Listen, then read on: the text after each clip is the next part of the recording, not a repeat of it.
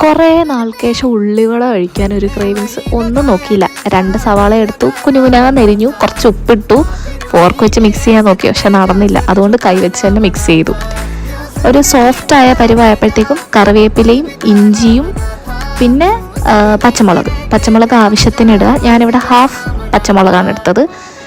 വീണ്ടും ഒന്ന് മിക്സ് ചെയ്യുക, കുറച്ച് നേരം ഒന്ന് റെസ്റ്റ് ചെയ്യുക, ഒരു 15 മിനിറ്റ്. അതിന് ശേഷം 4 ടേബിൾ സ്പൂൺ കടലമാവും 4 ടേബിൾ സ്പൂൺ മൈദയും ആണ് ഞാൻ എടുത്തേക്കുന്നത് 2 സവാളയ്ക്ക്.